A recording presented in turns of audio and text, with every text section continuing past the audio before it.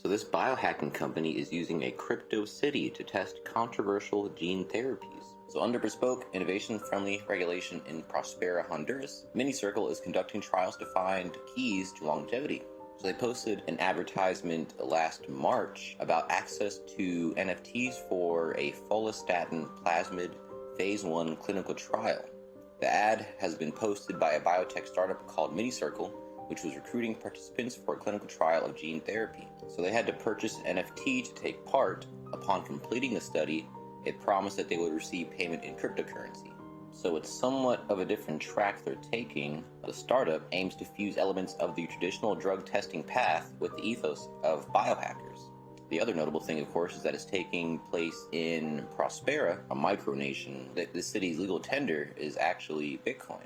So it's against this unusual backdrop that MiniCircle is trying to lead biohacking's charge into the mainstream, or at least somewhere near it, studying gene therapies that target familiar conditions like muscular disorders, HIV, low testosterone, and obesity, and doing so with the backing of tech moguls and under the purview of bespoke, innovation-friendly regulation. The goal is to democratize access to gene therapies with an emphasis on discovering the right nucleic cocktail to promote longevity. That is very interesting. Probably the first time anyone's heard of any of this stuff. I'm sure it's not going on anywhere else, this specific type of thing. So, yeah, we'll see what happens with it.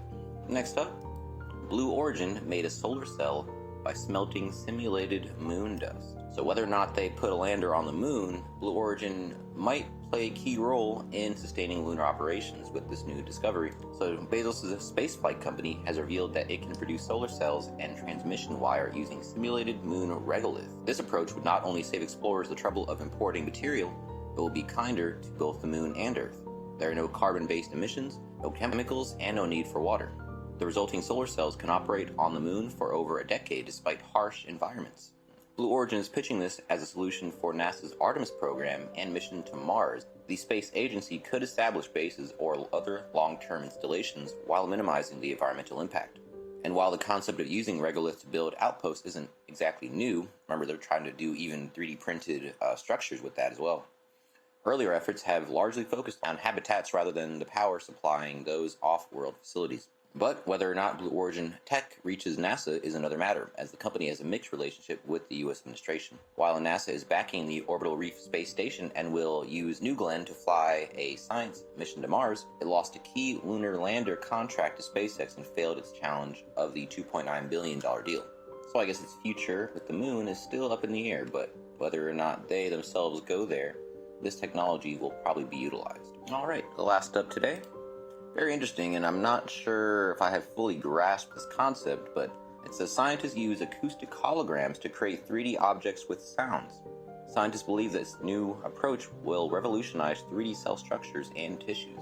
So scientists from the Max Planck Institute for Medical Research and the Heidelberg University created acoustic holograms that would offer a novel way of assembling matter into a 3D object as per a press release. Create 3D objects with sound. So I'm not sure if it is turning the energy into matter, like is it creating from nothing, essentially these structures, or is it manipulating already existing structures? So they've shown how to construct a 3D shape out of smaller parts. Quote, we were able to assemble microparticles into a three-dimensional object within a single shot using shaped ultrasound. This can be very useful for bioprinting. The cells used there are particularly sensitive to the environment during the process. This is said by a professor and lead author of the study. Sound is made up of pressure waves that move across a medium such as air or water. The force behind these waves is significantly minute and can usually be detected on our eardrums. However, they can still apply pressure to the surfaces they reach according to New Atlas. In earlier research, they demonstrated how to create ultrasound using acoustic holograms, which are 3D printed plates designed to encode a particular sound field. They showed that materials might be assembled into two-dimensional patterns using those sound fields. So with this new study, they gathered floating particles and cells in the water and then put them together to form three-dimensional forms. Additionally, they claim the novel technique is applicable to a wide range of materials such as biological cells, hydrogel, or glass beads and other materials. So either way, using sound waves to really manipulate 3D objects, that is quite something. Yeah, that is really interesting. I'm gonna have to look more into this because I'm still not fully grasping it. Anyway, that is the last article I have for you today. Don't forget this video is for educational purposes only. I would never recommend any investments, solicit your time or money, attempt to contact you on any other platform, or own any rights to the information within this content. With that being said, thanks for tuning in, and I'll see you in the next one.